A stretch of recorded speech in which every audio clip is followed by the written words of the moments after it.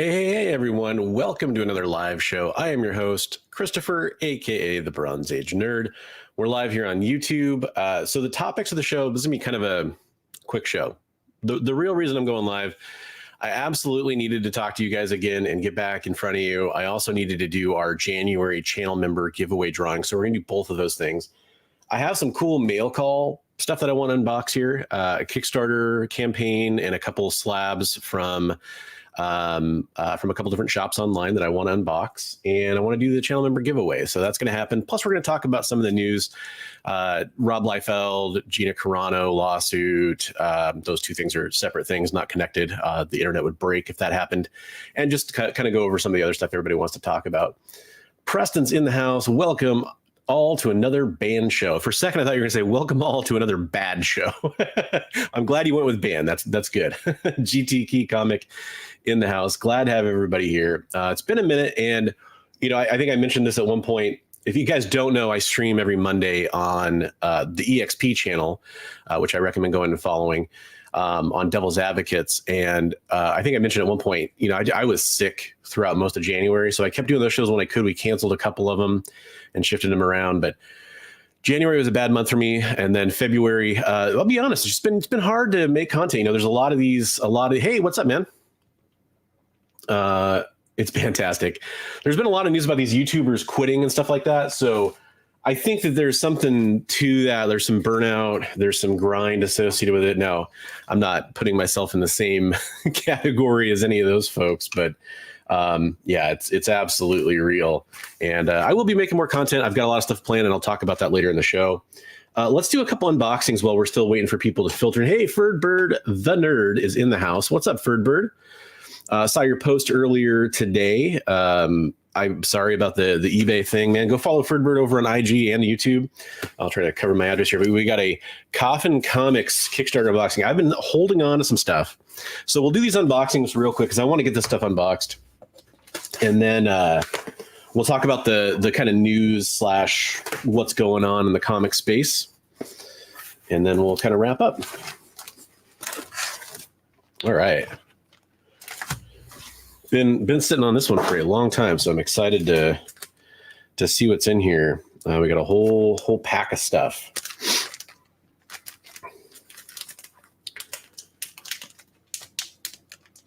Super Bowl. I think they canceled the Super Bowl again, didn't they? It's weird. They canceled Super Bowl 48. They canceled this one. No, I'm just kidding. Hey, BR Clara says, "What's up?" Which I think we established. Is it Brian? I can't remember now. I'm sorry. Got my invoice. Okay, so I don't know if I'll show every single little item from the Kickstarter. There's the comic. Nice. Or comics. Boy, you know what? I'd love to talk to Coffin at some point and talk about why they don't individually bag and board their comics for Kickstarters. That's really weird to me. All right, we got a USA magnet, Sworn Nation. Get that to focus. That's going up on the... Oh, I guess I should show that a little bit closer up. That's going up on the filing cabinet right here, which I can reach but can't show you. Giant sticker. That's cool.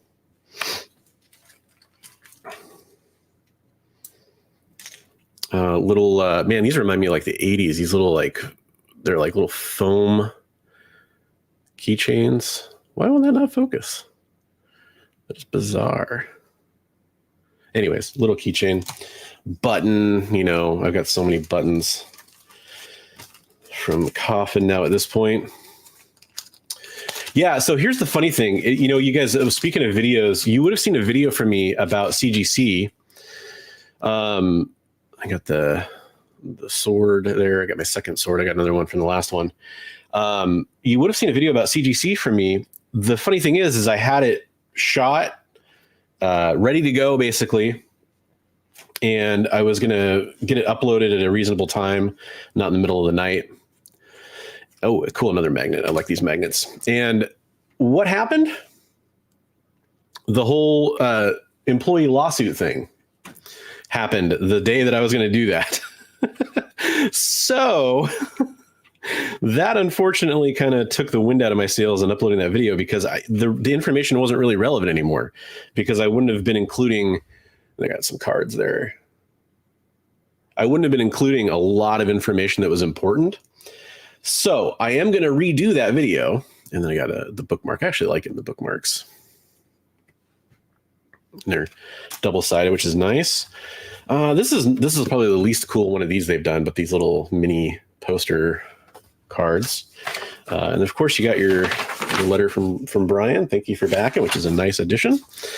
And so I will do that topic. I will cover what's happening with the CGC thing. Now, if you do watch, I know, right? That would be cool. That would be really cool. Yeah, I probably couldn't take it. They could do like a cosplay thing. They've done like homage covers. There's not really, I don't know that there's one like there's Baroness covers that I think are definitive. I don't know if there's ones that everybody would immediately recognize, like they've done some of the other ones. Yeah, this is stupid. There's 2 comics double bagged and boarded. Coffin, look, I love you guys, and I've said this before, I'll say it again. When I pay, $50 for a premium comic, and you're throwing in, your Premier Edition, your regular Premier Edition, or whatever one this was, of the Masters, go ahead and bag those. It's okay. You can bag and board them. I'll allow it. Oh man, and this one's damaged. This is the Monty Moore Masters. That's one of the ones that you include, but you can see the spine ticks there, and then look at that corner. See if I can, see that? It's all bent, dog-eared. That's unfortunate, man. I'm gonna have to contact them about that. In fact, it's a white corner on the other side too. I guess you shouldn't double bag your comics. Now, if this comic is damaged, I'm gonna be pissed. I mean, if they don't make it right or something, of course, like I expect comics to get damaged in shipment, but it's just frustrating because it keeps happening, and it's really making me wonder if I want to continue. But anyways, here's the comic I got.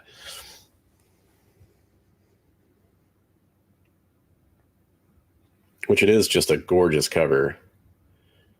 Try to get the light to show the hologram, holofoil stuff there, but yeah, that's cool. Bummer about this other one.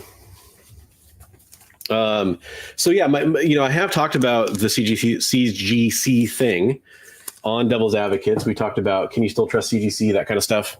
And since you asked, I'll give you my real quick Cliff's Notes version of that before I do my next unboxing here, which is to say that, yeah, Kendrick Lamar is absolutely. I have another one of his Lady Death covers. I really enjoy it. As far as the reholder thing goes, if you didn't think that stuff was already happening, you weren't being realistic. That's kind of my opinion on it. As far as what you would do about the lawsuit thing and the employee thing, they jumped on it. They jumped on it. I think that there's some talk that like the scanning of every book was happening because of the reholder scam. I almost think that maybe it was happening because of this lawsuit thing, or maybe it was a combination of factors, right? So yeah, it's funny. I actually have a booty cover that I photographed for Wednesday, Preston. It was a different Lady Death comic. So this comes to us courtesy of Mike Mayhew. I'm going to start unboxing it while I'm talking. So, but as far as I have a batch of comics that I want to send off. I'm going to have Palm Beach Preston Comics, I think. And I haven't used him before. I want to try him out. He's been pretty active on my Discord and the Department of Comics Discord that I'm a part of as well, or a member of it, not a part of. And I want to try him out, and I wanted to submit them to CGC. And now I'm like, do I do that? Because they're books that need to be graded as far as like they're worth it. They're worth grading. I could send them to CBCS, but I don't know. I haven't preferred using CBCS. in the past. The couple times I used them, they took a long time.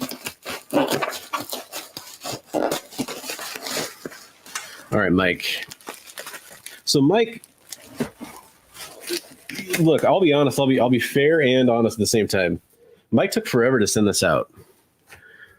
But I am aware that there were some issues with the grading. And I actually reached out. I think I was pretty patient. I reached out like, hey, what's the status on this order? Actually, I left a comment on his IG. I was like, yeah, this is awesome. Hey, how about, what's going on with this order, for these books? Because he was talking about having more of them available. I was like, I haven't even gotten mine. He's like, oh, I think I know who you are. You need to contact me. I was like, okay. I emailed him and he said there was some kind of issue with scuffing on the slabs, which makes sense. Ooh, pretty. And so he emailed me and said, hey, we're going to get those resolved as quick as possible. And then it was a long time. And so I had to email again. I'm like, hey, it's been a while. I just want to see what the status was on this book. And he said, and this is really sad. I guess his mother passed away. I didn't know that. So that's really unfortunate. And I feel bad for him. And I was like, hey, just take your time. Whatever needs to happen will happen. He was very apologetic. I'm like, oh, no, you're going through more. I'm apologetic for you, man. And then but anyways, this did come the other day and I'm excited to show it off. I'm a big Bo-Katan fan. And so got this with his Darksaber signature there, CGC 9.8, the Virgin. I think it's just a great cover. First appearance of Casca Reeves on the label. However, it is the first appearance of Bo-Katan in a regular comic book. There is a trade. It's like an odd-sized trade that she appears in, which I do want to get at some point. It's a very expensive book. I could totally understand why some people would say that that's her first appearance. If you do, that's fine. I think this is kind of her first full appearance in continuity in a standard comic book. So it's kind of like a qualified first appearance, but I really like Bo-Katan. So I love this. This was my favorite cover. This was season 2 of The Mandalorian issue 3. So very cool. Yeah, so CGC, it's just one of those things where I felt like that was happening just like when CBCS got caught or got exposed verifying a forged signature for Sarah Pacelli that YouTuber sent in, allegedly, because we're just taking his word for it that that was what happened. By the way, the last unboxing I'm going to do, this is from Bird City Comics. Another one I waited for a very long time for. This one, partially understandable because Ariel Diaz is the cover artist on this one, and she was supposed to sign it, and she broke her wrist at one point, and they had a hard time getting all the signatures done. So, and I believe there were some other holdups there after that kind of caused me to reach out. But, every time I talk to Laura, or every time I talk to anybody at Bird City, they're always very helpful. So, got it taken care of. I'm happy about that. But yeah, so I like the signature forgery thing. Like, you just assume it's going to happen. You assume there's some percentage of malfeasance going on because I don't think CGC is going to catch everything. I don't think they were looking for everything. I do hope this stuff is causing them to get better. I will say, I because of the hotshot thing, which I will do an update on at some point here. I was in contact with Matt Nelson. I went through channels to get a hold of Matt Nelson, who, if you don't know, he used to be the head grader. Now he's the president at CGC. And I wanted to interview him about CGC stuff in general. And I was going to set that up. I think we were talking about doing something in like mid to late January. And then all this stuff happened, and I didn't really want to have him on or try to have him on because I didn't want to necessarily have to have the focus be on that stuff. And then, other channels reached out to him and had him on for that stuff, like 9 to 9 Newsstand and stuff. So, what's the point? And then I feel like, okay, well, I think that there's a chance that he might not want to come do it because he might think he's going to get ambushed or whatever. So, okay. I need to pay attention for 1 second here because I don't want to damage anything getting out of here. This is a slab shipper type thing I am not familiar with. And I don't see what's going on here. Okay, there we go. There we go. But the point is, with enough perspective and enough time going by, I would like to talk to him and have him on to talk about some stuff. Yes, Rob, and I will be doing an update on that. Dude, Doug, who is Hotshot, put a message on my video saying like, you're leaving this up despite overwhelming evidence that it's not accurate or something to those words. I'm kind of trying to quote from memory here. Doesn't seem smart. I didn't reply to it. I just left it up there. And then like 3 or 4 days later, I think he deleted it. So I don't know, Doug. Maybe try sending out some of the comic books you said you were going to send out before you talk a bunch of smack is all I'm going to say. He did send out some, but been real quiet on that front ever since then. Okay, so got a set of books here. Big fan of these. Oh, interesting. I think one of these is a convention exclusive. Okay, so this one, yeah, I have the original cover for this. I love it. The Joe Mad cover. It's a great homage, done better than the original by Ariel Diaz, I think. I think the gold cheek foil there on the Battle Chasers, I think that's their convention exclusive, if I'm not mistaken. But I ordered a set of these that was supposed to be, I think, this one, which is I think the standard cover with that pinkish purple. There's the Virgin. But I did get a set, and then, as you probably can guess, I also got a slab. Signed by Ariel there. Show you the important part. See, now I got booty cover of the week for weeks now, Preston, so I don't know. It's going to be tough to find the winner. And then, was I going to say something else about that? Their Torchy homage is on the way too. I got a slab for that one. So thanks, Bird City, for sending that out. Okay, so I said I was going to talk about some news. There's my showing off stuff. Let's talk about some news. There were all these more. Preston, first of all, thank you very much for the super chat. I appreciate that. That's very kind of you. I very much appreciate that, man. One of the things I'm going to talk about is channel member rewards have been a little tougher because I'm not buying as much stuff as I used to. I'm not selling as much stuff as I used to. I fund everything I do for comic books through buying and selling comic books, basically, and the YouTube channel. And then, it comes to, a lot of that money goes into funding for things like my charity auction and stuff like that too. So I have to kind of save up for that, and it gets a little tough. So it means a lot, man. I really appreciate that. Thank you. Yeah, I want to highlight Rob's comment earlier because that is something that I'm definitely going to touch on. And then he was saying respond to customers. Yeah, it's pretty interesting that he would go on record as being, well, I guess he deleted it. So go on record. He deletes a lot of stuff, talks a lot of smack, and then deletes it. It will continue to happen as long as there are suckers that will pay 10 times what the actual book is worth. It won't matter. People will still use the grading companies. Yeah, and look, to be fair, I want to still use the grading companies. I'm going to remove this for a second because I'm talking. There's a very, very prominent backlash against slabbing that was existing before the recent CGC stuff, right? And I understand that. And I don't care if you slab your books or not. That's totally fine. That's your choice. Luckily, it's not like a permanent thing, though. And some people treat it like it's verboten. And I don't really understand the backlash against it. Well, how do you read them?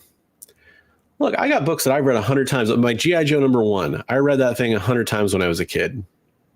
It's my childhood copy. It means a ton to me. I wanted that thing slapped. I was curious what grade it would get because I took damn good care of it when I was a kid. It got a 9.6 I think I was 8 or 9 when I got it for my birthday from my dad. That means a lot to me. I wanted to have it slapped. I want my more expensive books, if something happens to me, I don't want my family stuck out there not knowing what they're worth or what grade they are or how to sell them. Having them graded will put a big step forward towards getting the true value out of those books if they need to sell them. That's a huge part of why I slab. I also will slab if I feel like there's an opportunity cost there. Like if I buy a book for $100 and I know that if it grades a certain amount, I could get $200 for it. I will do that because then I can sell that book and then I can use that $200 to go buy books that I want to buy, fund my charity auction, all that stuff I was talking about earlier, right? I'd love to buy, more collections as time goes on. I've only bought one. So there's stuff like that. But your point, I wanted to get to this, Terry, your point is still valid because people that pay 10 times what the book is actually worth. So what's bizarre to me is that a 9.8 of a brand new book can be worth more, like substantially more, like you're maybe not 10x in a lot of cases. That's true sometimes, but 3, 4, 5 times as much, twice as much as a super high grade raw copy. That makes no sense to me.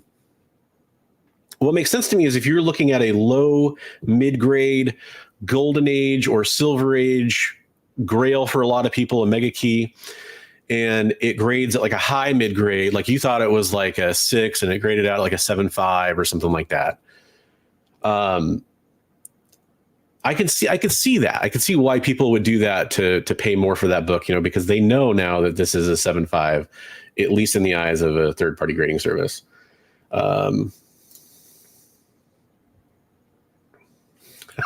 That's great. I am going to put this back up. Hey, what's up, Anders Collects? Yeah, that's true. That's absolutely true. And again, it's nobody's really business, in my opinion. But I do get it. I also get it. And of course, this is a black eye for grading. And everyone's saying the point of the video I made was about CBCS and why I think CGC is still going to continue to be, like, people keep saying CBCS is going to be the new market leader. And I was going to say, I don't think so. I think it's going to be more difficult than that. It's going to be more complicated, more nuanced than that. Okay, Rob Liefeld. So Rob Liefeld is the co-creator of Deadpool. And he announced he's retiring from the Marvel character after 33 years. And I want to talk about this a little bit. He says, after 33 years of not only introducing Deadpool, but chronicling many of his most popular adventures, it's time for the Deadpool daddy to say farewell. Liefeld shared on X, the social media platform formerly known as Twitter. One of the fun parts about getting older is you can retire from things, so here I am. He teased that he worked up one last crazy Deadpool yarn for the fine folks at Marvel that will be released in the summer. And then he goes on to say, I'll finish this one last Deadpool story, and trust me, it's a wild one, and call it a collaboration for the ages. It'll be fun. He says, I'll be 57 at the end of this, and my eyes are still functioning. The work continues to be strong, and I want to go out with the best effort I can muster. The hand-eye coordination won't be there forever. I'll elaborate more on this on my next Robservations podcast and look forward to taking this journey with you, my world's greatest fans, who have always provided the best support a cartoonist could ever imagine. And that is saying something. So it's interesting that this is happening. I don't really think there's that much to this, and I'll tell you why. I'm a big Deadpool fan. Rob Liefeld Deadpool is probably my least favorite Deadpool. Now, you can't separate Rob Liefeld from Deadpool. You can't do it. I guess he can do it now, but you can't really take the Rob Liefeld out of Deadpool. And I don't want to diminish in any way his legacy on the character. He laid the foundation for what would later become Deadpool that I care about. I went back a few years ago, like during COVID, and I read a lot of the early 90s X-Force and X-Men and X-Factor and all that stuff. And his stuff, it was weird going back and reading it and seeing the art and everything. And then the introduction of Deadpool, like at the end of the New Mutants, I think I started with like New Mutants, like 70 or 80. I can't remember where I started, and I kind of worked my way through. It's just not the most compelling version of Deadpool to me. I think this is significant. I think it's interesting for him.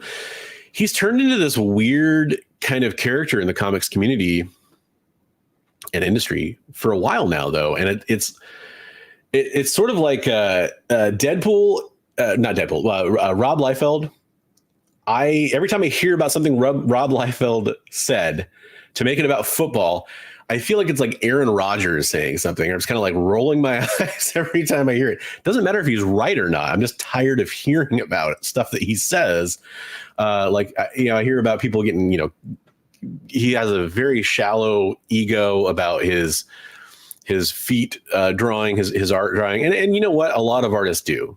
But anytime somebody makes a joke about it or says something about it, he blocks them or boots them from a Whatnot stream or from his other streams. So it's weird because to me, it's like, dude, embrace that stuff, own it. I think you would, and in a way he kind of did with the Captain America drawing, but it's funny. He did that Captain America drawing, the infamous like giant peck. I guess you could call it sort of an Arnold Schwarzenegger swipe in a way, from that photo of him. I think he used that as a reference, maybe more than it was an intentional swipe. But he tried to kind of own it. But it's funny, if you look at that drawing, he almost like downplays, like he doesn't make it good. He's still obviously showing that pose, but he also kind of like maybe sort of seemed to kind of downplay how bad the original was. So, but my point is that's owning it a little bit, and that was self-aware, and I appreciated that. But he won't own it. Just laugh it off, man. Take the high road. Appreciate that people still will talk about you for 20 years about drawing feet. That's fine. There's nothing wrong with that. I am curious, I guess the other element I want to talk about with this is the hand-eye coordination comment. The work continues to be strong. My eyes are still functioning. The hand-eye coordination won't be there forever. And this is something that's true. You see this a lot from these artists, especially these hyper-detailed artists. They're going to charge more for their work, like Jim Lee. They're going to do less work. And I don't know. I don't know what he wants to go on and do. I don't know. I don't really know. I'd be interested to check out this Robservations podcast he talks about. I've never listened to that. I don't know if that's available on YouTube, or if I have to go seek it out and listen to it on a podcast platform. Probably should have done my research and figured that out, but I would be curious to see what that says. Hey, he wants to move on and do other stuff, though. I think that's fine.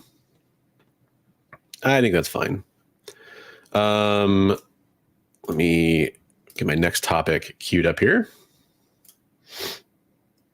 and then I'll check in with chat and see what you guys had to say about this. Terry says, I don't have a problem with the grading or the slabbing of people paying $90 for. Yeah. No, Terry, I 100% agree with that. That's the stuff I was talking about. It's just, it's bizarre to me.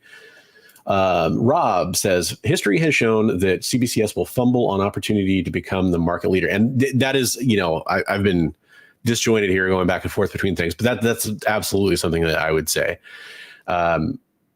There was a huge delay at CGC during 2021, and CBCS could have capitalized on that. It was near the end of Steve Borok's tenure there, and I have a feeling he didn't want to push for that, is my guess. They seem to want to talk a big game now. Like, they'll put out these posts and these emails and stuff like that, kind of trying to capitalize on this stuff, but they don't actually do it. And I guess I should say some of the stuff I would have talked about in that video. I love CBCS's physical slab. Love it. I'm not really a fan of the new label, and I'm not really a fan of the previous label, but that matters less to me than a lot of other people. I do think that there's a huge amount of desire for consistency from collectors. And when they unleash the new label, it looks like a dated design to me already. I like that they added, for the longest time, I know this was a direction from Steve. They didn't want to have the number rating pop out from the label. I always thought the colors were too muted, and I do like that the label pops out, the grade pops out, but I don't like looks like a chevron, like an inverted chevron type design element there. But I do think that CGC and CBCS are pretty close. And so my point was that I'm making this decision right now. I'm going to send off these books to get pressed.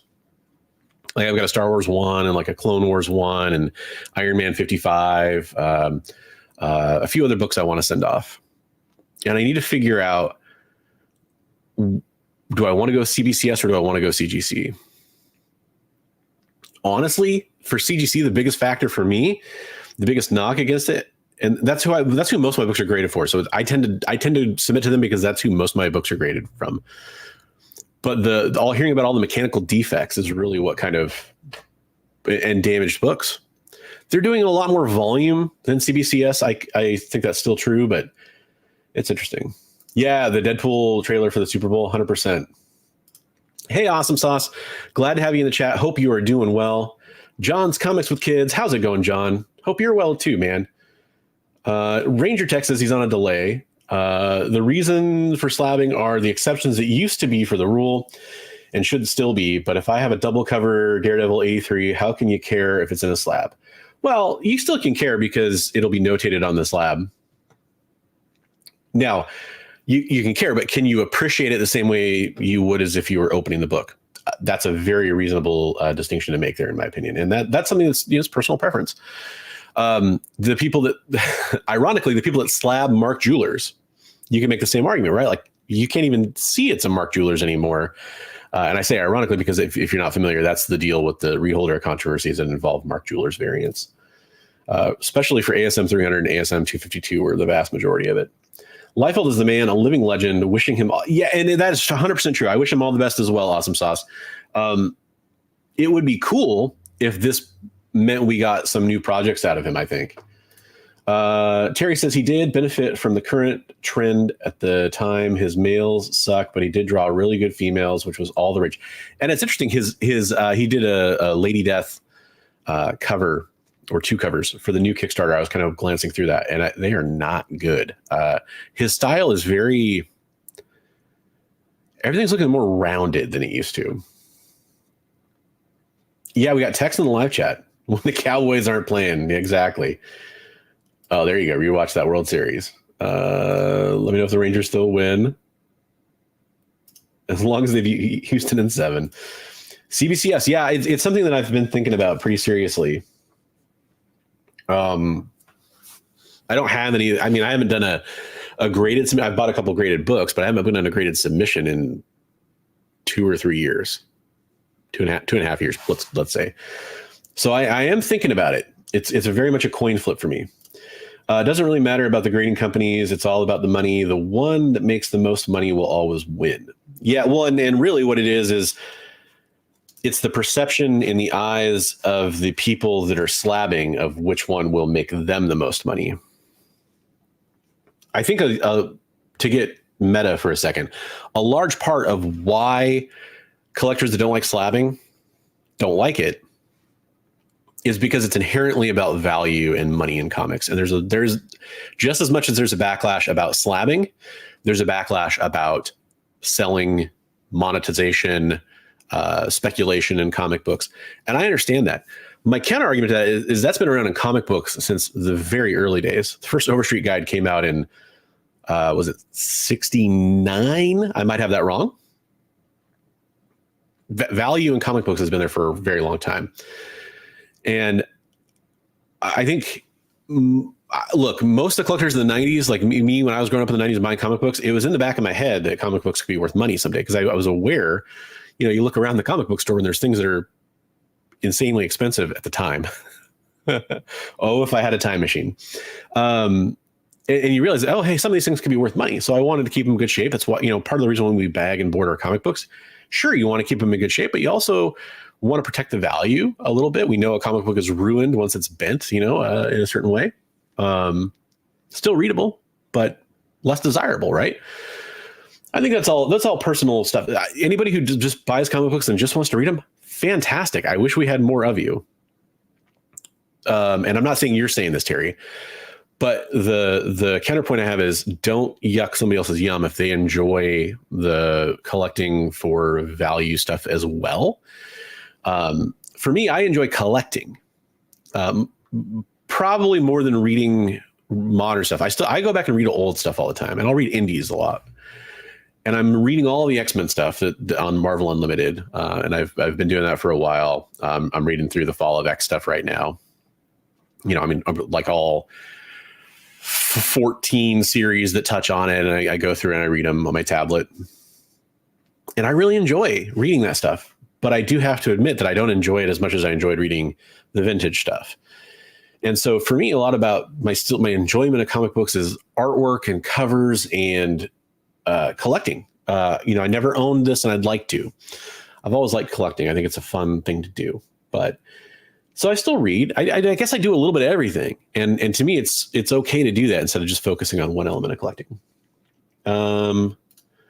Awesome Sauce says Deadpool 3 trailer and Taylor Swift the only reason to watch the Super Bowl. Yep, I actually, you know, as a Broncos fan, there's a lot of ties to the 49ers. So I'm kind of rooting for them. I also am very much not rooting for the Chiefs. But if you are, hey, more power to you. You know, we all get to root for our teams.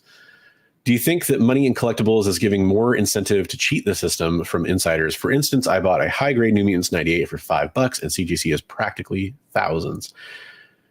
Well, it's interesting you bought a high-grade New Mutants 98 for $5, to be honest. That shouldn't happen unless somebody was asleep at the wheel or didn't know what it was or whatever. Or some shops do this sometimes where they'll seed in like huge keys for a ridiculously good price intentionally. That sometimes happens too. But yes, to answer the first part of your question, it's absolutely part of the equation is that where there's money, there's going to be corruption. People like money, and people like to be dishonest, and people like to steal. And that's fucked up. I've always hated thieves. I've always hated people that game the system in immoral ways. I actually am all for gaming the system in a morally just way, if you will. Like, I think that's fine because I think it makes the system stronger. Generally speaking, there's exceptions to that. But when you do something like what the employees did, or you do something like the reholder scam did, that's not right. Ranger says, I got fast turnaround time at CBCS, maybe because I'm in the neighborhood and could stop by. If you need some muscle in the hood, I'm good, but expensive. No, I understand. And you know, like I said, I haven't done a submission in a few years. They were signature series submissions. It took me 14 months to get back books I had dropped off at a convention with CBCS. It left a bad taste in my mouth. Okay, next bit of news. Boy, let's talk about something that's not controversial for a little bit, okay? What do you guys think? Can we talk about something that isn't controversial? Let me make this a little bit resized here. Actor Gina Carano sues Lucasfilm and Disney over her firing from The Mandalorian. I'm a huge Mandalorian fan. I will reveal a personal bias here. I have always disliked Gina Carano ever since I had a personal interaction with her in which she was quite rude and struck me as a bit of a prima donna. However, her character was fine in The Mandalorian. I don't think it was very well acted. And that's as much as I can humanly separate, you know, what I just said about my bias against Gina Carano for a personal interaction I had with her, which it just kind of rubbed me the wrong way. I also just don't think she's that good of an actor. I tried to watch that. Is it Haywire? Haywire? I can't remember the movie she was in. And I couldn't make it through that movie. And that's pretty rare for me to not make it through a movie. But the biggest part of the story here is that she's teaming up with Elon Musk, who is making good on his promise to defend people who are attacked for their freedom of speech on X, formerly known as Twitter. And boy, Gina Carano did say some things on Twitter that got her in some hot water. So this is from AP. By the way, the last article I read from Deadpool was from Deadline. I should have properly attributed that. So this is you know, becoming a slightly older story, but I still wanted to talk about it. she says she was wrongfully terminated from the Star Wars Galaxy Disney Plus streaming service after 2 seasons over posting likening the treatment of American conservatives to the treatment of Jews in Nazi Germany. Oh my God, this copy. A short time ago in a galaxy not so far away, defendants made it clear that only one orthodoxy in thought, speech, or action was acceptable in their empire, and that those who dared question or failed to fully comply would not be tolerated. The lawsuit opens. Carano was terminated from her role as swiftly as her character's peaceful home planet of Alderaan had been destroyed by the Death Star. The lawsuit alleges she was fired because she dared to voice her own opinions against an online bully mob who demanded her compliance with their extreme progressive ideology. Disney and Lucasfilm have not filed a response to the lawsuit, and representatives did not immediately respond to an email requesting comment. A Lucasfilm statement at the time of her firing said her social media post denigrating people based on their cultural and religious identities were aberrant and unacceptable. So that, to me, look, you get to a point with this story in this article, and here's what I'll say. There's not a case here. Like, she's not going to win this case from a legal standpoint because she was an at-will employee. Look, there are people that are rallying behind this lawsuit, and I get it. I personally don't think somebody should be fired for expressing freedom of speech. But freedom of speech, the idea that you can be free with your speech does not mean that you are free from consequences of your speech. This is why you can't shout fire in a crowded movie theater. That's a classic example, right? You are liable for what happens once you do that. Yeah, you can say it, but what happens afterwards, you're liable for. If it incites a panic, incites a riot, people die, people get hurt. Well, you can go and say whatever you want. You can have your own political opinions, your own viewpoints. I generally, my general rule of thumb, I rarely talk about this stuff. Obviously, it's related to this. I will tell you, I am not a Republican and I'm not a Democrat. I'm also not part of the independent party either. I don't believe in any one ideology in politics personally. That's all I'll say about that. But I think when I hear celebrities that are famous for acting or musical ability or any other type of fame, really, I generally don't want to hear their strong political opinions. And I think most actors, especially, would be wise to not overly engage in that. The difference is, and this is where it gets tricky, because they have the right to do it. Should they? Is the question. And there's some circumstances around that you have to be aware of. The first is it's going to have consequences, especially when you work for a company like Disney. Do you want to pretend that that's not going to align with their... They don't want their actors talking about that stuff. And, as a private company, where image is a big part of selling your brand, especially when you're up for a new series that you're going to be the star of, which is the Ranger series that was rumored to be happening at the time, you probably shouldn't rock the boat too much. You shouldn't bite the hand that feeds if you want to keep working. Is that right or wrong? That's the world we live in. I mean, anybody's free to start their own media company with their own ideologies and that only want mouthpieces for that ideology. That's kind of my take on it. It's a little silly. To me, there's a bit of wanting to stay relevant. There's also probably didn't see the success that she wanted to see in the market afterwards. There were some projects that I don't think really materialized or went through the way she wanted to.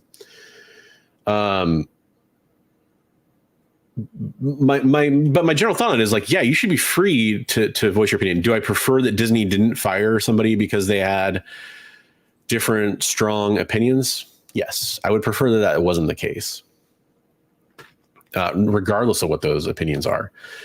But also, I believe, if I'm not mistaken, maybe I'm mistaken. I believe she actually just didn't have her contract renewed,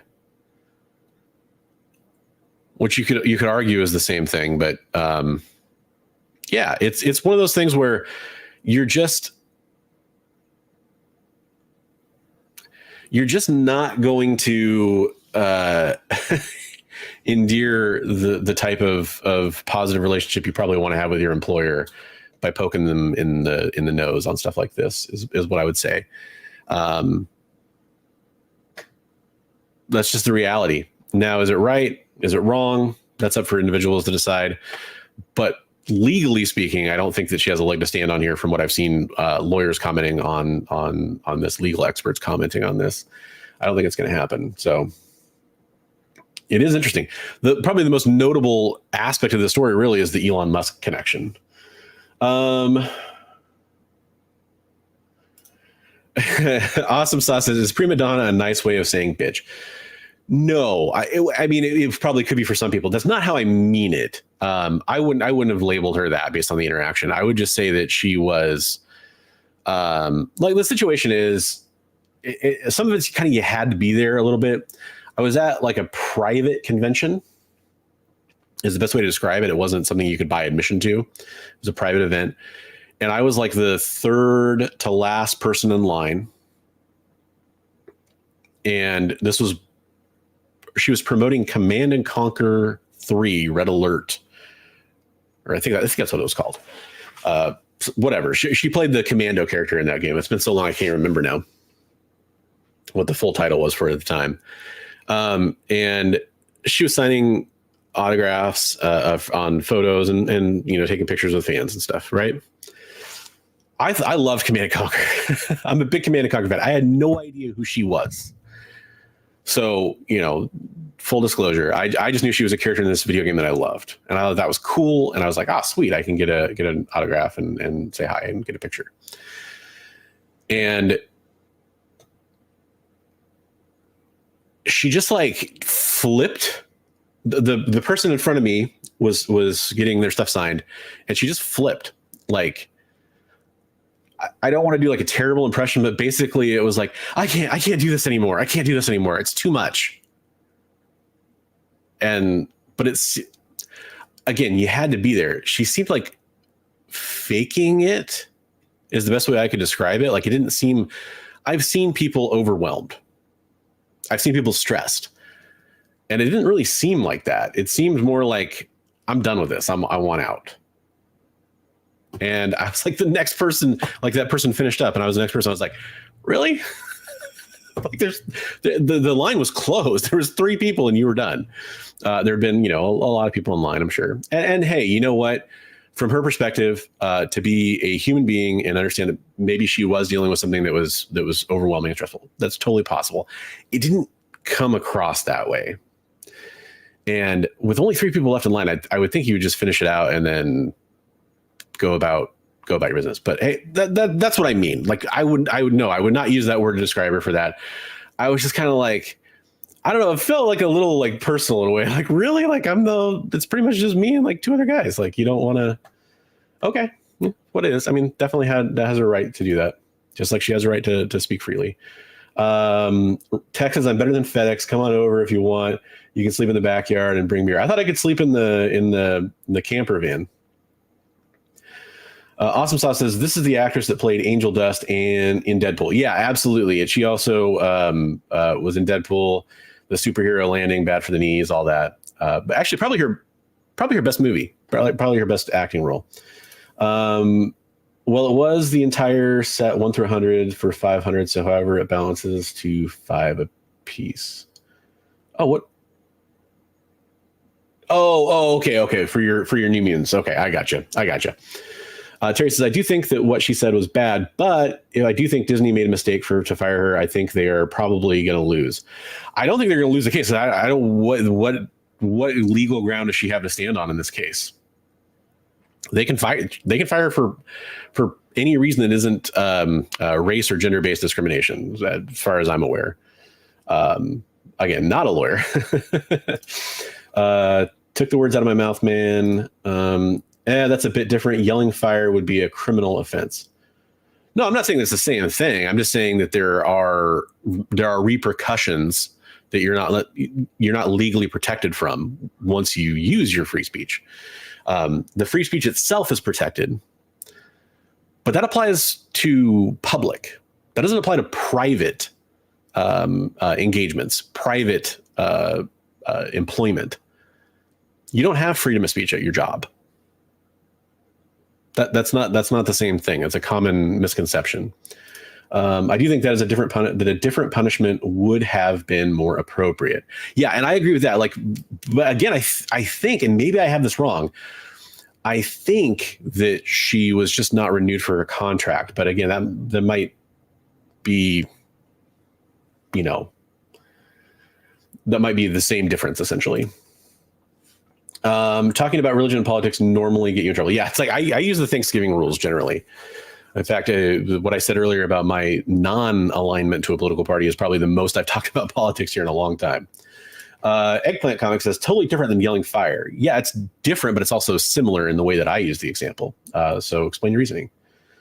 When she quotes herself in her tweet, she demonstrates she was taken out of context. Well, you can be taken out of context, and that's fine, but public perception is really what matters, and I think that's what Disney would be worried about here, is what was the public perception of that. Eggplant says, also, at-will employee doesn't mean you can fire them for discriminatory reasons. Well, for discrimination, for legal discrimination, sure, but you can fire them for not representing your company properly. Some of us don't trust the Associated Press to be unbiased. No, that's fair. Awesome Sauce says P&E opinion. I know you're probably using voice to text Awesome Sauce, so I'm sorry if I don't know what that means. Disney cares about a Mickey Mouse. Us don't fuck with the mouse. Testify. I think I kind of get the gist of what you're saying. Don't speak against the British because they will only come after us. Saying she was fired feels inaccurate. They didn't have a contract with her. They chose not to make a contract with her. That's super different. No breach of contract at all. Yeah, that's kind of what I understand the situation to be too, John. Freedom of speech is the First Amendment. Correct. John's Comics with Kids, I agree with you. Well, contract renewal is one thing, but you have to try to give a person a chance to correct a mistake. Well, that's part of this, though, Terry, is that apparently Disney spoke to her several times about, hey, if you want to keep working with us, you should stop saying this stuff, essentially. She was a recurring character and was removed from the show. And she was not given her own show that was rumored to be in production at the time. I don't know if it was just called The Ranger or something along those lines, but it was about her, and she was going to be the main character in it. Was it Tanya? No, I think wasn't Tanya Jenny McCarthy? She was one of the commandos. She was the Soviet commando. I don't remember what her character name was at the time. How soon before you can get fired for not driving an electric car? I don't know. It depends. Her quotes were also a flashpoint in time where several issues were converging. Yes, absolutely. 300 Bod says maybe she has an aversion to beards. It's possible, but at the time I wasn't bearded. Well, at least especially not the way I'm bearded now. I had like a shorter than Riker beard, much shorter than Riker beard. Is what I would say. Freedom of speech protects you from the government imprisoning you for saying you think the president sucks ass. It doesn't protect you from getting fired by exactly. Yeah, it is a big difference. It is a big difference. And Rico's T-Rex says, hey, the beard is looking nice. Hey, thank you. I appreciate that. I really do appreciate that. It's been a struggle. I'm actually kind of in the topic of like disclosures and stuff like that. I will be an affiliate for a beard care company here pretty soon. And I'm going to I need a haircut, and I'm gonna do a little beard trim. I'm gonna make that part of a little video, like my beard care regimen or whatever, just because it's kind of fun. Part of the whole, like, you haven't seen me around for a while. It's been hard to make content because I've been dealing with, I think the technical term would be anxious depression. I'm trying not to, but it's still something that I'm encountering. And it's, like late at night, I have to go through my entire day, run the household at home. I'm a stay-at-home dad, watch my kiddo who's not in school yet. She's going to school next year. and then I get her into bed. And then at the end of the day, that's when I have to make YouTube content and edit videos and be focused. Generally speaking, there's exceptions like what I'm doing right now. My wife and kid are over at my parents' house, so I'm able to do this right now. That doesn't happen all the time. Those opportunities, it's just every time I have those opportunities, I want to do other stuff. I want to play games. I want to sketch. I've been doing a lot of sketching. I want to read comics. I want to, just entertain myself and take me time. And I need to do more content for YouTube, because every time I do content for YouTube, I can tell like, oh boy, I haven't been doing this and I'm getting, not getting circulated enough.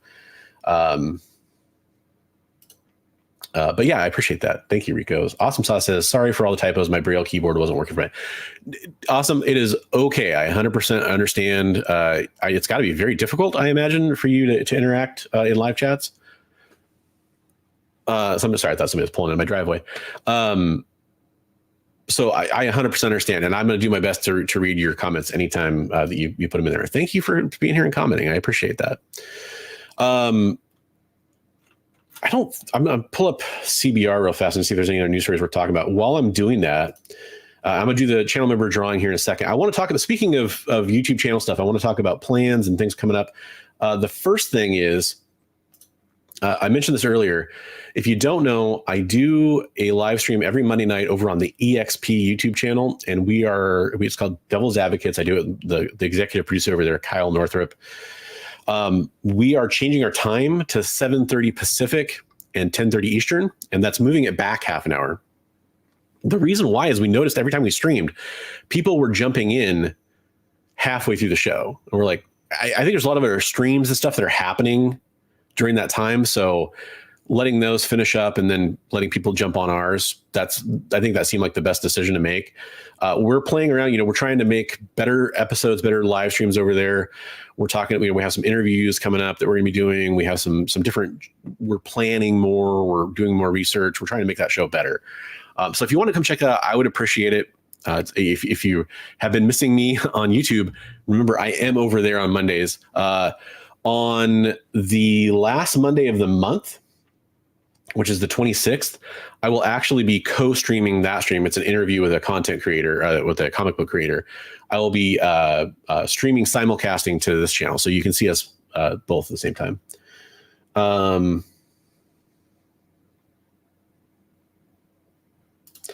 Her report is that they demanded that I think it was her saying it, is that she explicitly stated a congruent POV with theirs, and she wasn't going to do that. Yep, exactly. And so, there you go. Going back to the Gina Carano thing.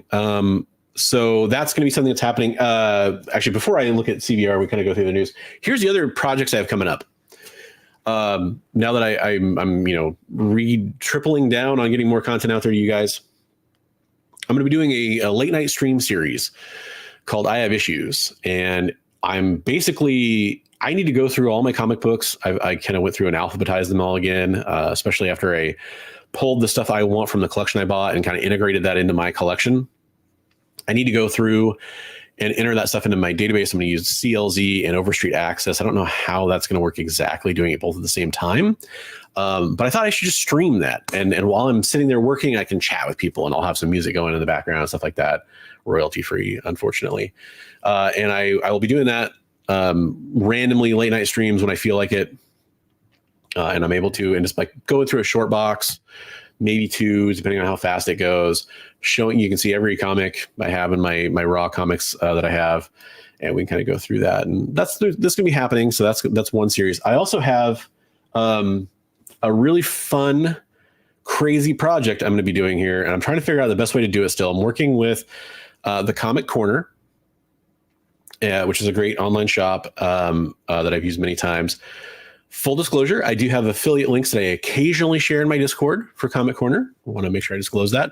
But they hit me up a while back about promoting a Moon Knight City of the Dead exclusive that they were doing. And I did a paid spot to talk about it and advertise it in a video. And then after that, Brian from Comic Corner hit me up and said, hey, we want to be transparent and show, like, we have this exclusive. We had to order so many copies. There's a minimum order with Marvel you have to do. We want to be like ultra transparent about destroying the extra copies. And so they asked if I'd be willing to be the person to destroy the copies for them to show like third-party independence from that. And I agreed to do it. And it's been an adventure. It was expensive for them to ship all the comic books here. They had some hard times getting all the stuff to CGC for their 9/8 pre-orders they did. There was a small print defect that they kept getting dinged for and not getting the 9/8, so they had to keep resubmitting, and they couldn't send all the copies to me because they had to make sure they had enough, so I wouldn't have to send them to CGC and go through all that. So it's been a hassle to get everything, but we finally have all the books here. I've been kind of talking to Brian. We're figuring out how we're going to do this. So I think what I'm going to do is, originally I was going to do like a live stream of me destroying all these comics. It's going to take a long time. It's like, several thousand copies of this Moon Knight book. And I'm also trying to find some schools and stuff that might be able to use the destroyed copies in like art projects or classroom setting. It's a little tough though, because it is kind of a bloody-ish comic. So I third graders aren't going to be able to use it for an art project, but maybe high school or college or something like that might be able to use it. And I want to, we're trying to do what we can to use as many of the destroyed copies as possible, like covers ripped off, that kind of stuff. It's tough though, because legally I can't it'd be cool to like burn them all after counting or something like that, or set fire to them or something like that.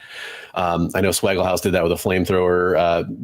In my municipality, it's actually illegal to do that. So I can't do something fun like that. So I'm pretty much just going to tear the covers off the comic books.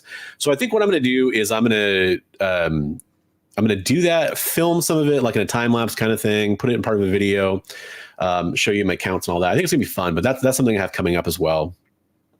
And then, so that's the thing. That's how this works. And that's part of the meat and potatoes of how it works. Is if you want a comic book that's limited to 300 copies and you order it from Marvel, well, it's not a secret. They're going to make you order 3,000. That's the minimum order. So 2,700, extra copies thereabouts, allowing for things like damages during shipping and that kind of stuff.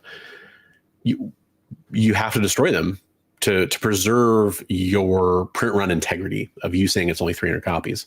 You have to destroy them. And most places will just do this and say it happened. A few places will film it happening.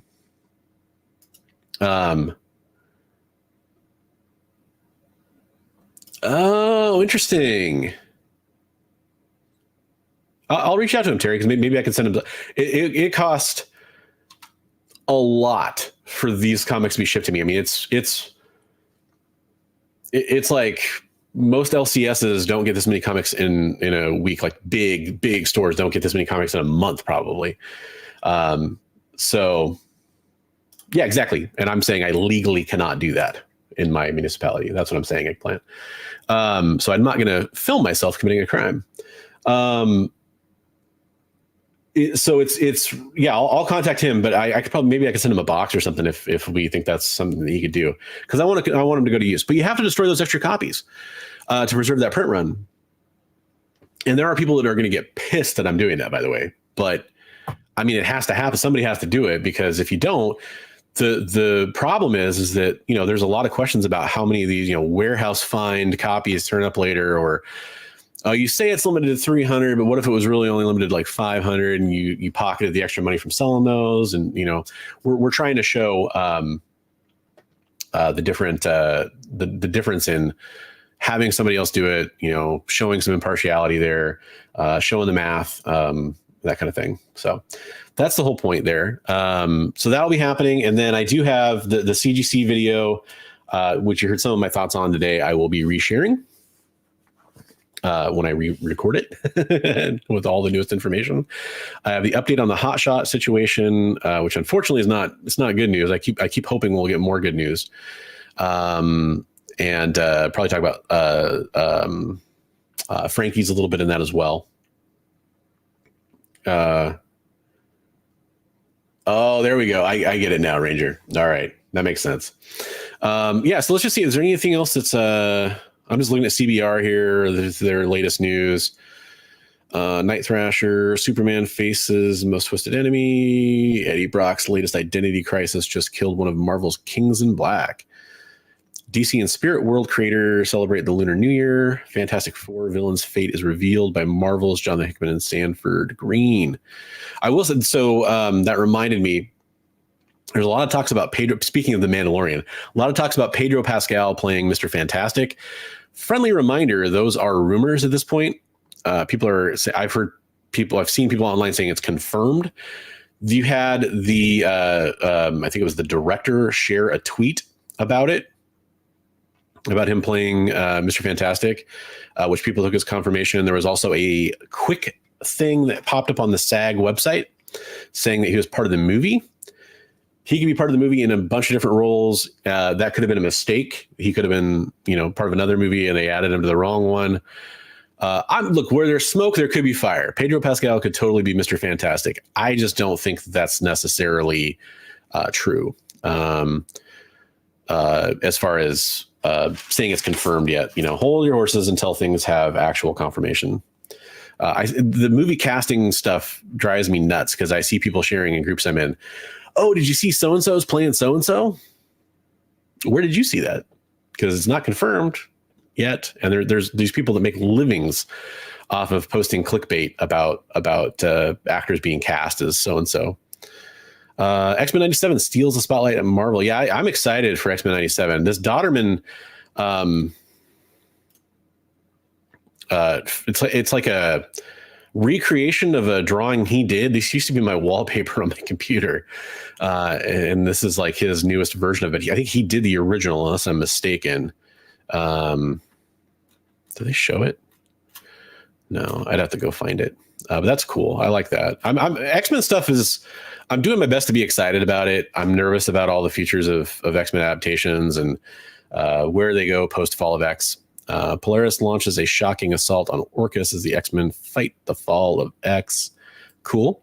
I'm probably going to read that in a couple months because I'm behind on stuff. Marvel Unlimited, usually you're trailing the current stuff, and I'm fine with that. I don't mind waiting. Wolverine's next team up turns the Avengers into a new version of Marvel Knights. Hasbro reveals Transformers Generations comic edition Shockwave and Grimlock. Yeah, this was interesting. I don't really know that I liked how Grimlock looked. There's the Shockwave, the Grimlock. I don't know if I like the blue. I get that it's like more comic accurate, but interesting. I have it over there. I've got an Ultra Magnus. I need the new Showcase 86 Studio Series or whatever that I need to do to unbox. Oh, that's too bad. Jose Delbo, classic Wonder Woman and Transformers artist, passes away at 90. That's sad. I'm trying to think if there's any other big news that we didn't discuss. I wanted to make sure I had, my chance to talk about everything on a live stream. Okay, let's do the channel member giveaway, and I'll check in with chat while I'm getting that pulled up. I already have the list all ready to go here.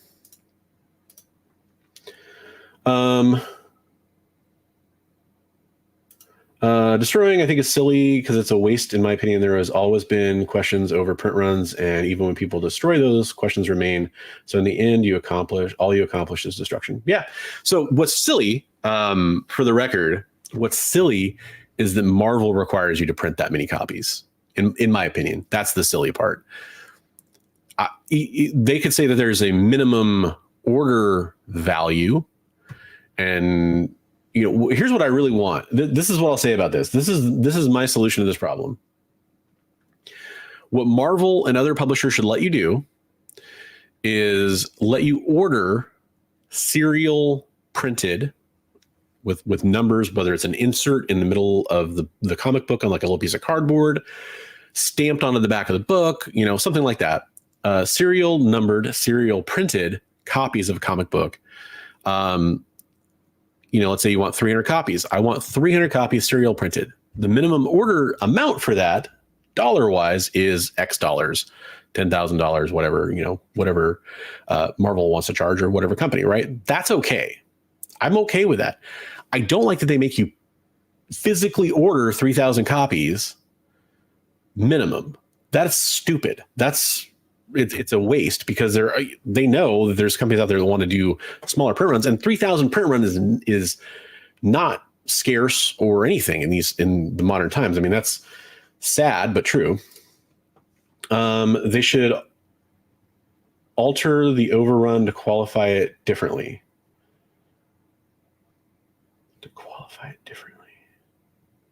I don't know that I follow exactly text. I'm sorry if I'm not reading that correctly. I like Pedro, but they need someone a little younger if they want them in several. Yeah, so for me, Pedro Pascal, there's a couple problems with, just to talk about that. He's a good actor. I think he would do a fine Reed Richards. I don't think that's really the problem. I just don't want to see him as Reed Richards personally. I want a younger Fantastic Four, but I don't want them to be.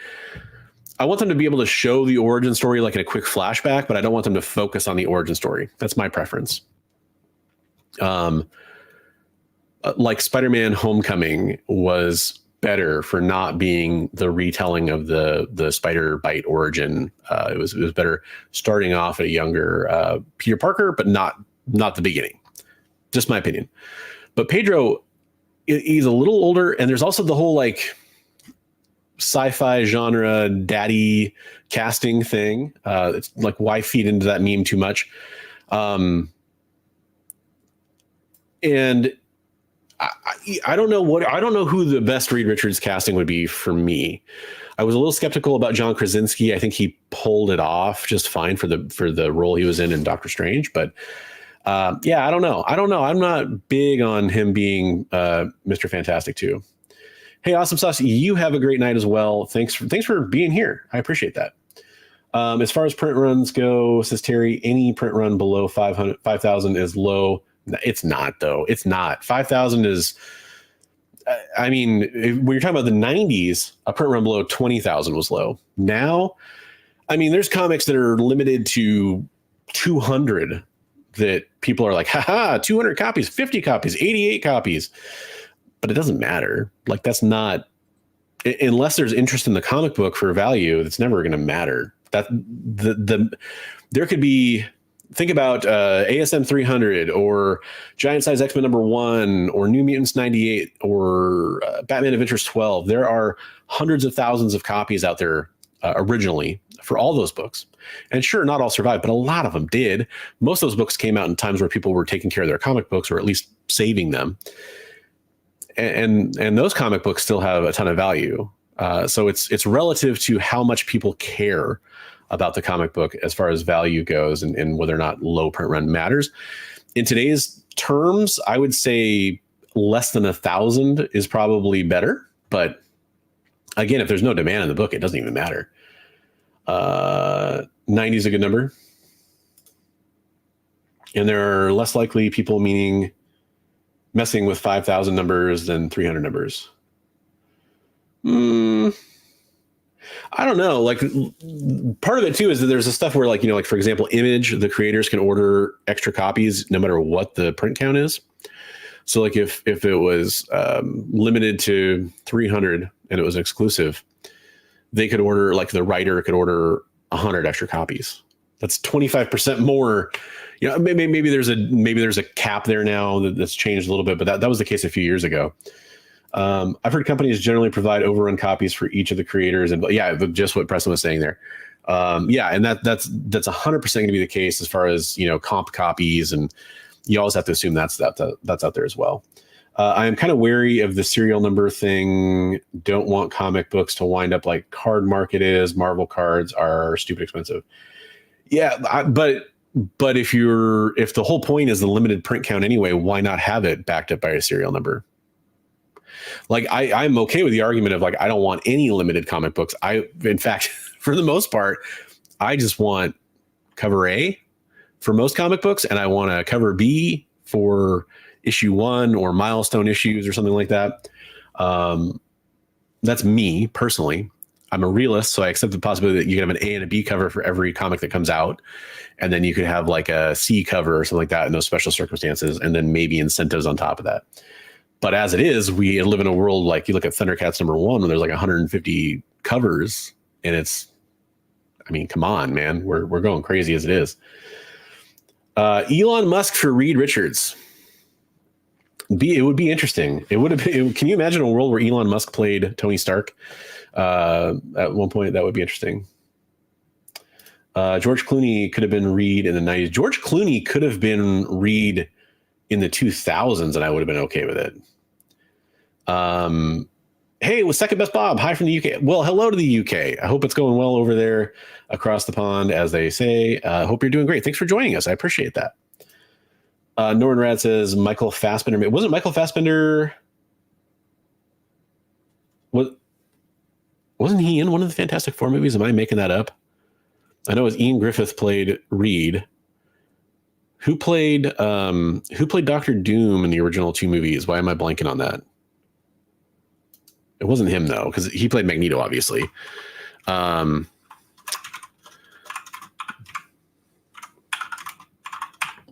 see if, yeah, I know he was Magneto. I was trying to think who was Dr. Doom though. Julian McMahon. He looks a little bit like Michael Fassbender. I'm sorry, I mixed that up. In case you're thinking I'm crazy as far as him looking a little bit like Michael Fassbender, he doesn't look exactly like him. I will just show you what I'm talking about. There's a little Michael Fassbender there, right? I mean, I don't know. But yeah, sorry, I mixed them up. But yeah, he could probably do it. The Nip Tuck guy, yeah. Thank you. That's totally who it is. Glenn Danzig for Wolverine. Well, and that's one that's unfortunately that would have been perfect in like the 90s maybe. It's really tough for me. So Fantastic Four and X-Men are we'll find out soon with Deadpool 3. I think is going to answer a lot of questions, but I'm pretty sure that that's the last hurrah for all those people that play in the Fox universe. I don't want any of them returning for future X-Men or Fantastic Four projects, unless it's as a cameo. What is like the best casting though for some of these roles? Like, it's really hard. You've had a lot of the people that would be good for one of the characters already playing like another person in the MCU, because there's been so many movies and so many different roles that need to be cast already. And for I keep coming back to hoping that it would just be some unknown actors for most of these roles, to be honest with you. Most of the fan castings I see just piss me off, or I don't like them. Oh, he was in Supernatural? Charmed, okay. Daphne Keane comes back. Oh, yeah. Actually, she's not a bad one. I've also heard there was a casting for, what is her name? Is it? I'm probably gonna get this wrong. The girl from Prey, Amber. Is it Mid Thunder? Is that her name? I think she could make a good X-23 too. But I actually agree. That's one of the ones that would be okay. There's a pretty big difference in age there too. So I think that would be all right. Hey, let's do this channel member giveaway. So I have the list pulled up, and we'll go over that in a second. Probably gonna wrap up here pretty soon. Get everybody, I know people are gonna be filtering off for the big game. So let me show the prizes here. These are for my channel members from January, and things are gonna. I used to do a slab. If you're one of my $10 a month members, I used to do a slab. I don't have a lot of slabs to keep giving out, so I have a key that I pulled aside that we'll give out. That I think you'll like. Mandalorian, the photo Grogu cover. Believe that's the first full appearance of Grogu in a comic book. Not like it's super expensive comic book, it's still fun. And then I got a couple image number ones here. I went for a Shadecraft number 1. I also thought that was a cool cover. And Slumber.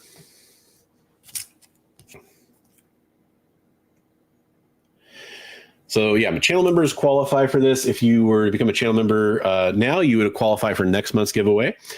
And then Got the design variant for Marvel Voices Comunidades #1. And then threw in an older book. I think this is a fun one. Silver Sable and the Wild Pack #1. Speaking of the 90s, get some 90s shiny foil there. That's in like near mint to near mint plus condition, I think. So that'll be a nice book for somebody. If you like collecting the #1s. And then if you're a $10 a month member, you can win a first appearance of Angela. And I would say like near mint minus condition, probably. Maybe near mint with a press. There's like one tick on it that's, I don't think it breaks color, but it's a white cover, so it's a little hard to tell. But yeah, it's in good shape. So that's a fun book. So let me read to you the channel members that are eligible here. Can I zoom in on this and make it? There we go. That's easier to read. Okay, so I'll go to the top of the list. If they have an asterisk after their name, they're one of the $10 a month members, the premium members. Got X11 Bravo, Star Set Cards, Tex, who's in the chat there, Gamma Base Comics, Buddy McKinley, and Sean Sipple round out the $10 a month members. X11 Bravo and Sean won recently. So good luck to everybody in that category. And then we move on to the members from the other two tiers. Appreciate all of you guys for helping me out. This really does help, especially when it comes to things like my charity auctions and stuff like that down the road. Preston, who's in the chat. Hi, Preston. Thanks for being a channel member. DC Irish, Chester Benson, Collector P, Jack B Comics, Tomb, Cody Fraley, Shigeyuki Kikita, Matt268, Shadow Rat, Darren Smith, Psycho Phil, A Comic Bookworm, Paul Pittman, Rob's Fat Stack Comics, who was in the chat earlier, but I think he may have bounced. San Francisco guy, so I'm sure he's rooting for his team, as am I today. Wilbert, Frog Brawler, I think Frog may have popped in earlier. Comic Journey, Papa Wheelie, Comics Limited. I guess I need to switch over the review because you can't quite see. Oops, not that one. There we go. That'll let you see the bottom of the list. Comics Limited, Figure Drawing, Sonia Prieto, Max Sin City Collectibles, Tate Prime, Refaust Comics, Enders Collects, who was in here earlier, don't know if he's still around, and Canadian Survivalist. Those are the channel members that are eligible for the prizes I just showed. For this giveaway, this is for the January giveaway. We're drawing here in the middle of February, almost the middle of February. I'll try to do those sooner next time. And like I said, if you want to become a channel member, you would qualify for next month's giveaway. I think a couple of these people dropped off and they messaged me like finances are tight. I totally get it. I do appreciate the support when you can support, even if it's just a couple dollars a month, it does help. So what I'm going to do is I'm going to randomize the list. And we're going to draw 3 times. So the third time is the winner. So first time, Tomb ended up on top.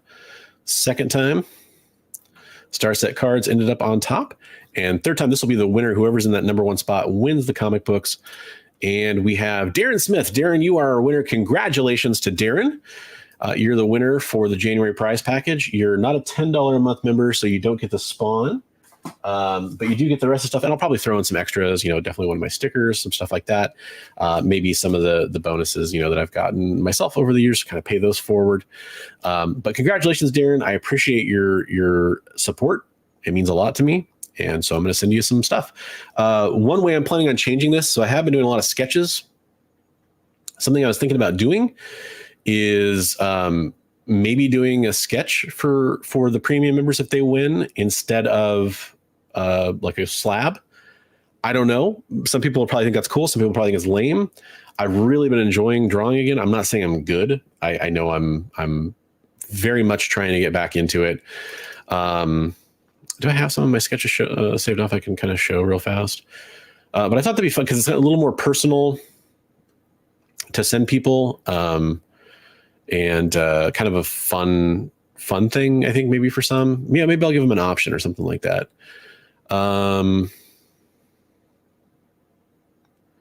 Here, I'll show off some of my art. Whoa, what is opening that format? That is weird. Open with photos. So I'll show some of my art here. Some of this isn't finished. It's just what I have available to me right now. But yeah, why not? Let's do it. Yeah, I'd let him pick the character would be kind of the fun part of it. So here's one. I haven't showed this before. This is a Vampirella that I did. So not totally finished. I think I did an alternate hairstyle, kind of that more classic retro hairstyle on that one as well. What other ones do I have on here? I did this for Brother Joe. I did a lot of these for people that won charity auction stuff. So this is actually the first sketch I did for anybody as part of the giveaways I was doing. So this was me getting back into sketching for the first time after like maybe only doing it 2 or 3 times in the last 20 years. This is very difficult. Let's see here. There's some of these I can't show for YouTube reasons. So I'm having to be careful here. This is a Batman. I think I did this one. I think this one to Lisa Noble, I'm pretty sure. And I think Norin Rad got this one, this Spawn. I did this for my kiddo. This is the character Max Meow, the Cat Crusader, one of the few pieces I actually like finished. And this is very much a swipe from, most of these are swipes from poses and stuff, like, you know, some of it's, the Vampirella was completely originally me. So, oh, hey, Psycho Phil's in here. Nice. Just saw you pop up. I don't remember who got, somebody got this Wolverine one. I remember that. I don't remember who got it though. That was part of a Heroes for Heroes giveaway. As was this Magic. And this was a J. Scott Campbell like style swipe, basically. Did this one for a Headless Hammerhead, big Black Bolt fan. And then I did this Bane.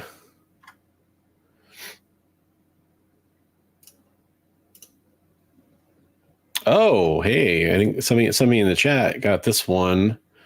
Or no, maybe I didn't finish this one and I did a different alternate one.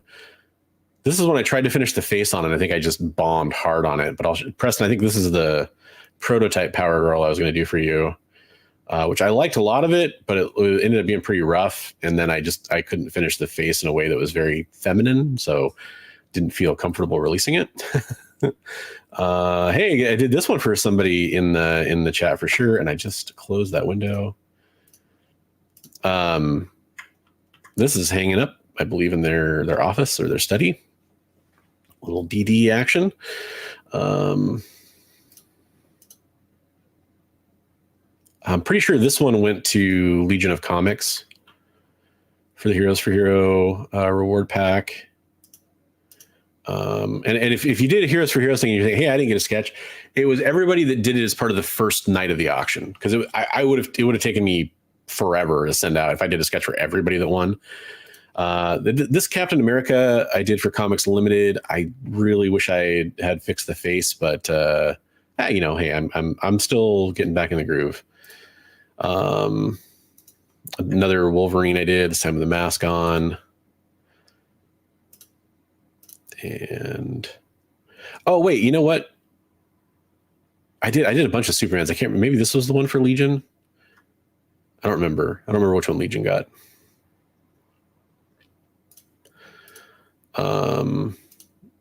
Another Superman. Like I said, I did a lot of those. A lot of people, because I asked people what was your favorite character, and that's what they came up with.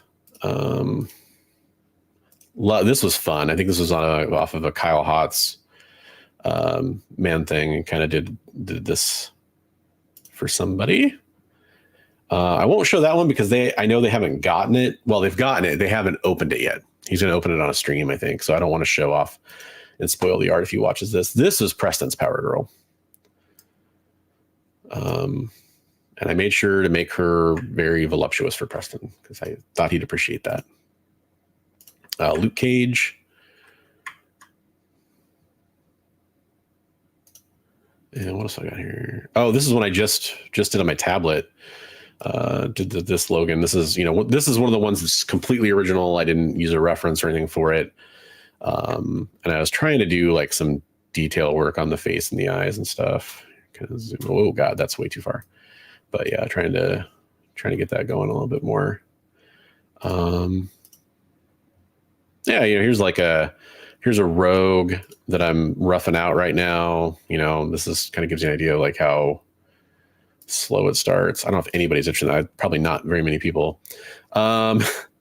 This is a Harley Quinn that's based off of a Don McTeague. I was pretty happy. I was trying to flirt with the coloring and stuff like that and all that. It's literally like, and I got to finish the mallet on this one, but it's literally just Don McTeague's, just trying to recreate basically. This part of what I'm doing is trying to learn from other artists by recreating their stuff. I'll give you, there's something happening for the channel. I'll give you a little, like I'm trying to create, I have my booty cover of the week. Let's see if it's situated correctly. Nope. Oh, because it's beneath my camera. That's why. I have that logo. I'm redoing the artwork for it because that's just ripped right from the cartoon. So I want to do my own logo for it. That's something that's, I did the writing and everything, and I made the PNG out of it, but it's, it's the artwork from the show.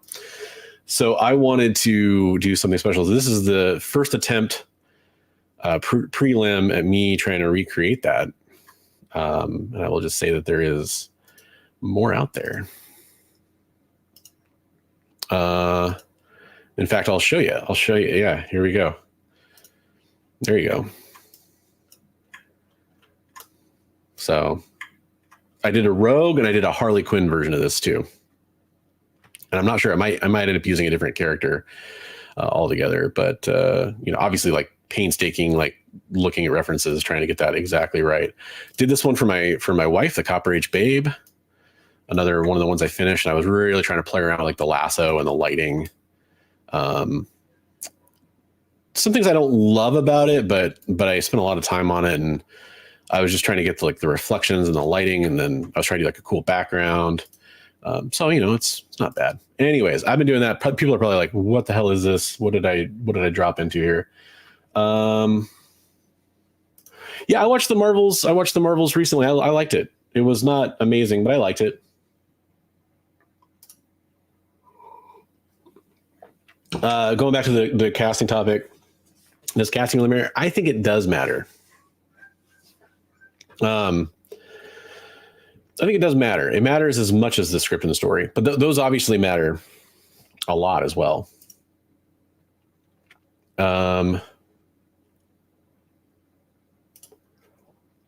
Thanks. Maybe next month somebody will win it. Hey, Triple B, what's up?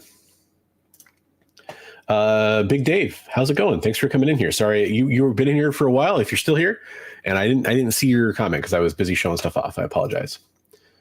Congrats to Darren. So yeah, absolutely. Yeah. Baroness, that's something you can definitely request. Nice caller. I thought you might, Tex. I thought you might enjoy that. Hey, Sleepy Reader, what's up? How's it going? Sorry, Damien. I also didn't see your message. I was too busy showing off my artwork. Anyways, the point being, maybe I'll do a commission sketch. It'd be traditional. I do traditional and digital. The tablet stuff is easier for me to sit there and watch TV and do, because I do a lot of correction, a lot of erasing, essentially digitally. That's fine. And I still have kind of a rough look to my art, but the PG you sent was better. Okay. I'm glad you liked that one better.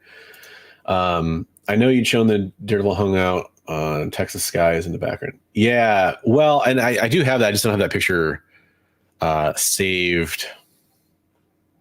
I have it somewhere because I did a social media post with that one on it, I believe. I'll look and see if there's anything in that folder that's worth sharing, because if there is, awesome. If there's not, then I won't bother. Oh, there it is.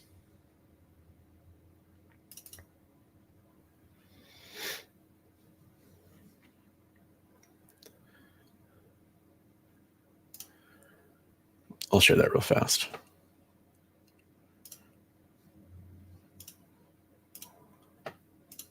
There you go.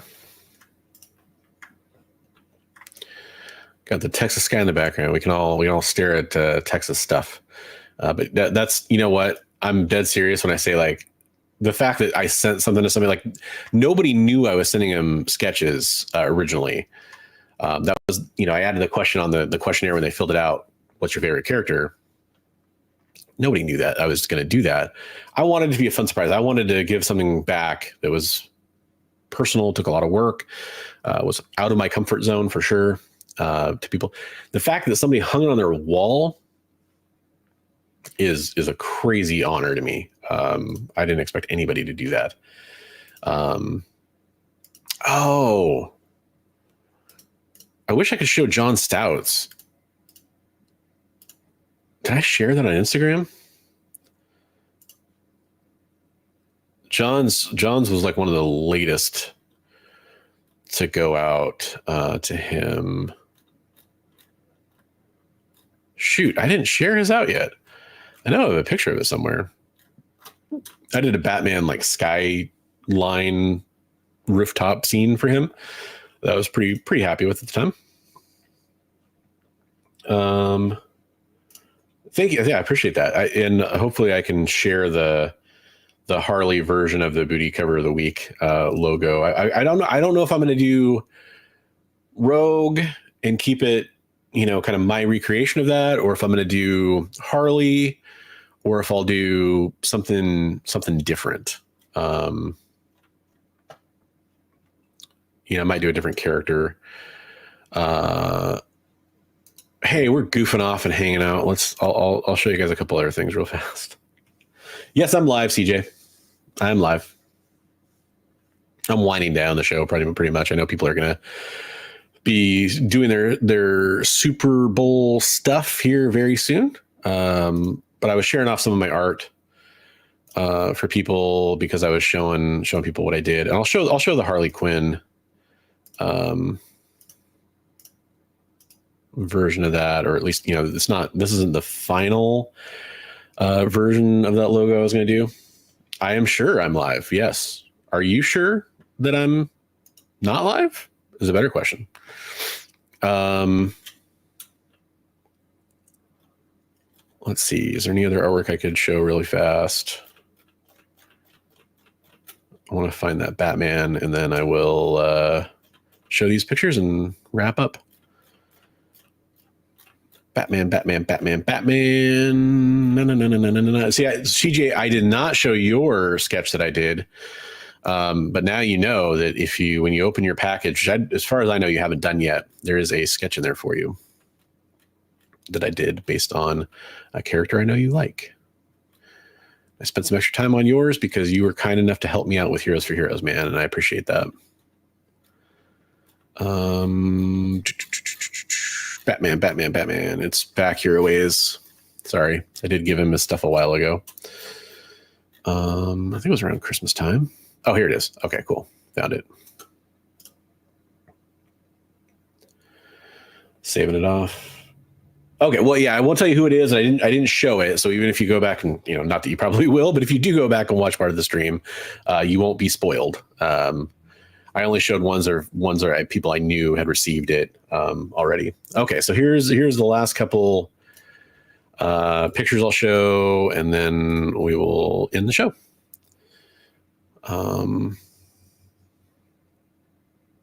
Okay, live stream. Where did I save that? There we go.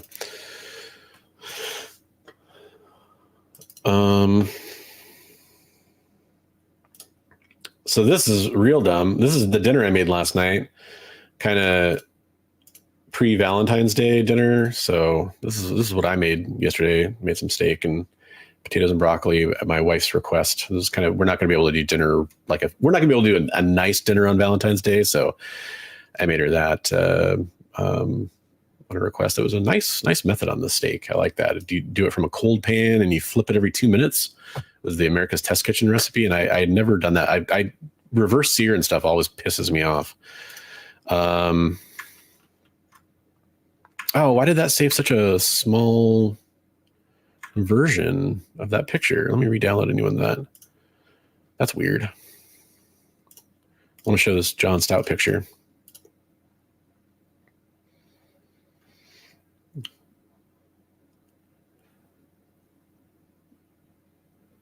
Stack of trades you're going to catch up on, Psychophil. That's cool.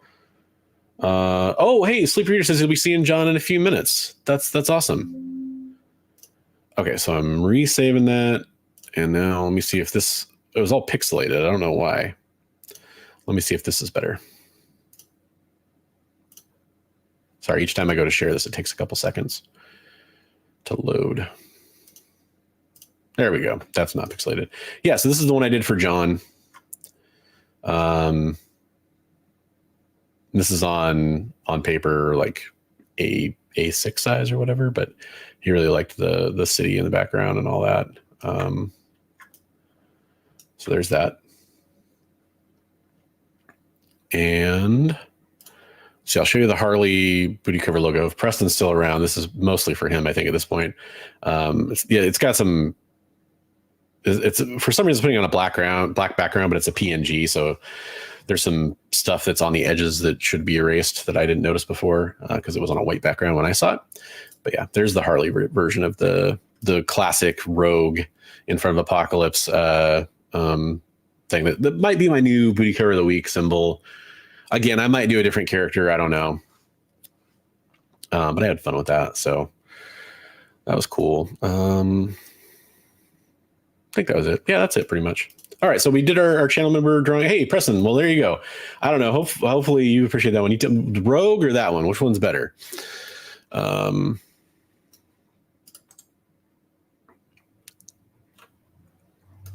then let's see. Other stuff. I have eventually when there's another shipment coming in, I'll have the new Dark Wolf figure from Frazetta Girls.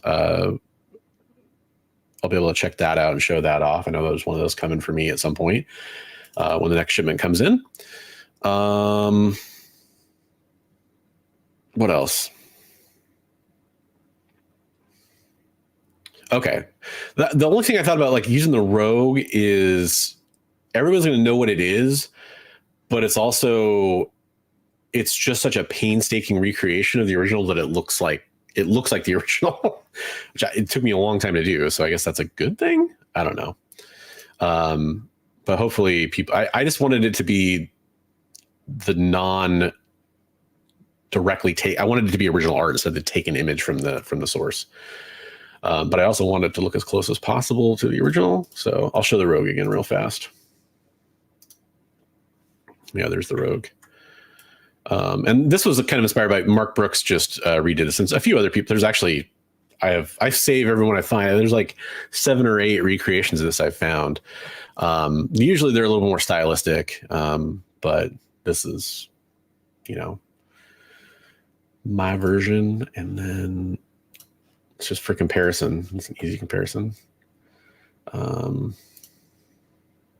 you go. So I guess her hair's, I should add some more highlights in her hair. Is what that tells me.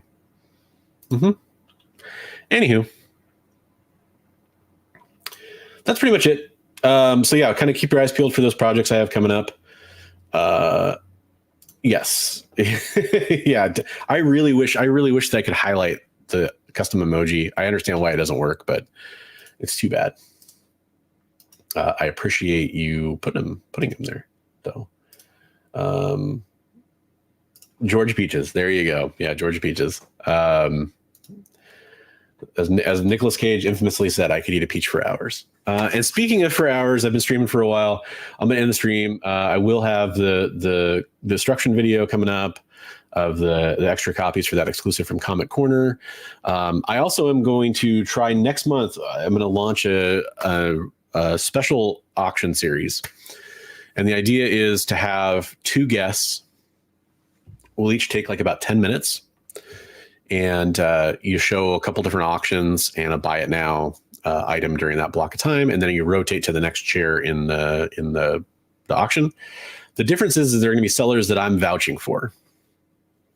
So it's going to be a little bit more like I'm actually going to essentially have the sellers that come on have an agreement with me about what would happen if buyers have issues with them and what it would mean for them, their ability to come back on and those kinds of things. So I'm being very careful about it. I'm trying to select sellers that I also know will have a variety of stuff to offer. There's a couple comic shops that I do talk to that have, a really good, healthy back catalog of comic books, and I might let them come on as one of those chairs. There's some like for example, there's some Whatnot sellers that they were really big on Whatnot a couple years ago. They kind of got lost in the shuffle of some of the giant comic book sellers and the crash of the comic market and that kind of stuff, if you want to call it that.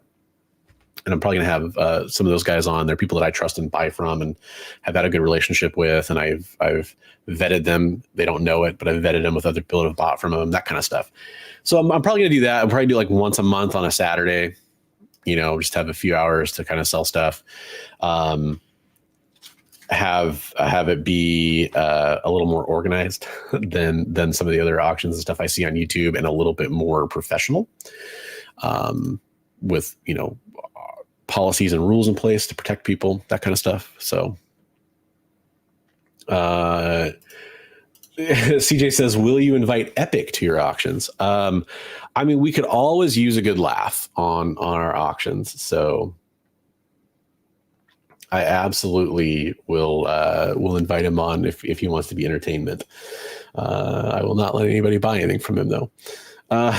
Crash seemed more like a blip. Yeah, well, I think it's a correction is really what I think it was. I think it was a return to the mean, or return to norm for the correction. A lot of books that are worthy actually did still stay up in value. A lot of books that are plentiful, that maybe had some artificial inflation due to the desire to get into comic books in the market, those ones definitely were a different story. So it is interesting how that works. But yeah, I say crash is just shorthand because I think a lot of people know what I'm talking about when I say that. But yeah, it's I don't personally think of it as a crash. Probably chose my words poorly. So yeah, anybody ever has any questions, feel free to reach out to me at any time. If you're curious about the stuff I'm doing, or if you have, things that have happened to you, like some people have reached out to me with advice they need on things that have happened to them in the comic collecting community, please do that. You can do it on my Discord if you have like questions you want to ask. There's a lot of helpful people over there. The link is in the description below for that. And you can follow me on Instagram and X, and you can go watch me on the EXP. Like I said, we are moving to 7:30 p.m. Pacific, 10:30 p.m. Eastern. Again, we were seeing that was around the time that our viewers were doubling or tripling halfway through our show when we started at 7 o'clock or 10 o'clock, depending on which coast you're on. So I thought, let's just move that. Kyle agreed. Our topic tomorrow is, if you guys aren't familiar with the Comic Palace video that came out, is it Glenn O'Leary? It made some comments about creators putting themselves into comic books and not caring about the characters. We're going to talk about that tomorrow night as our topic. Last week we talked about influencers in the comic book community and their effect and what they mean and how they actually control things or affect things. So a lot of fun stuff. I definitely recommend checking out my content over there if you're missing your weekly dose of bronze. I will be trying to do more stuff like this. It's my goal, but I'm going to try to focus on getting more recorded, published videos up too. So thanks for sticking around, everybody. Good luck watching the game. Stay safe out there. Don't drink and drive, that kind of stuff too. Please be safe. If you can afford a drink, you can afford an Uber or a Lyft, or call in a friend or a taxi or something like that if you don't have those services available to you.